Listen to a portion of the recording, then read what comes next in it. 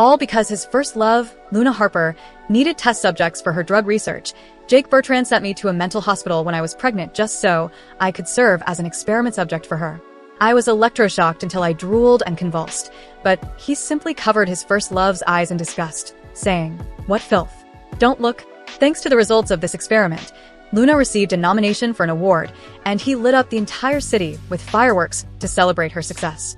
Meanwhile, during the freezing winter night under the dazzling fireworks, I gave birth to a deformed male fetus. The child cried just once before passing away. Numbly, I placed the stillborn into a freezing chamber.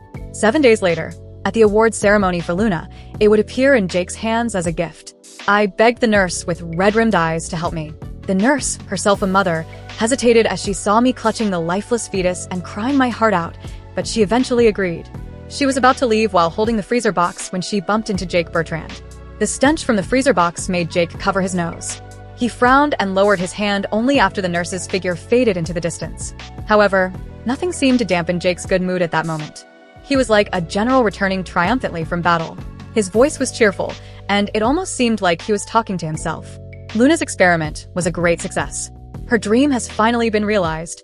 From the moment he entered, his eyes were fixated on the dazzling night sky outside the window, not sparing me a single glance.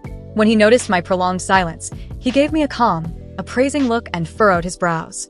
"Joy Friedman, Luna begged you for this small favor when she returned home.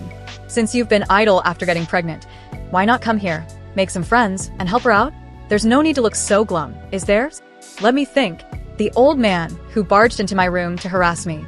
The middle-aged woman who grabbed me by the neck, accusing me of stealing her money. The woman who kicked me to the ground, claiming the child in my womb belonged to her. These were the friends Jake spoke of.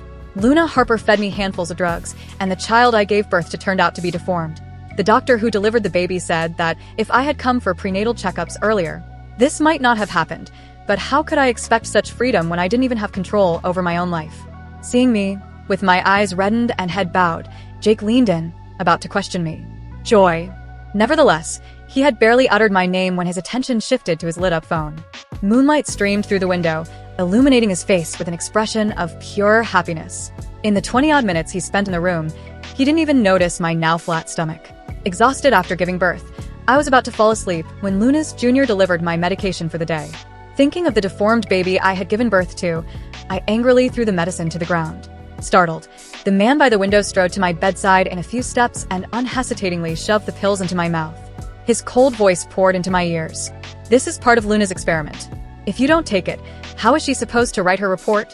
With tears streaming down, I turned my head away, only for him to grab my jaw tightly and force the pills down my throat. Jake seemed like he wanted to say something more, but after glancing at his vibrating phone, he turned and left the ward, not even bothering to take his jacket. I could more or less guess the reason for his departure. I opened my social media app and was greeted by a picture of Luna, her nose stuffed with tissues, looking both silly and adorable. Watched fireworks all night and ended up catching a cold. By the way, taking one extra cold medicine pill won't kill me, right? The comments were filled with Jake's eager concern. Caught a cold?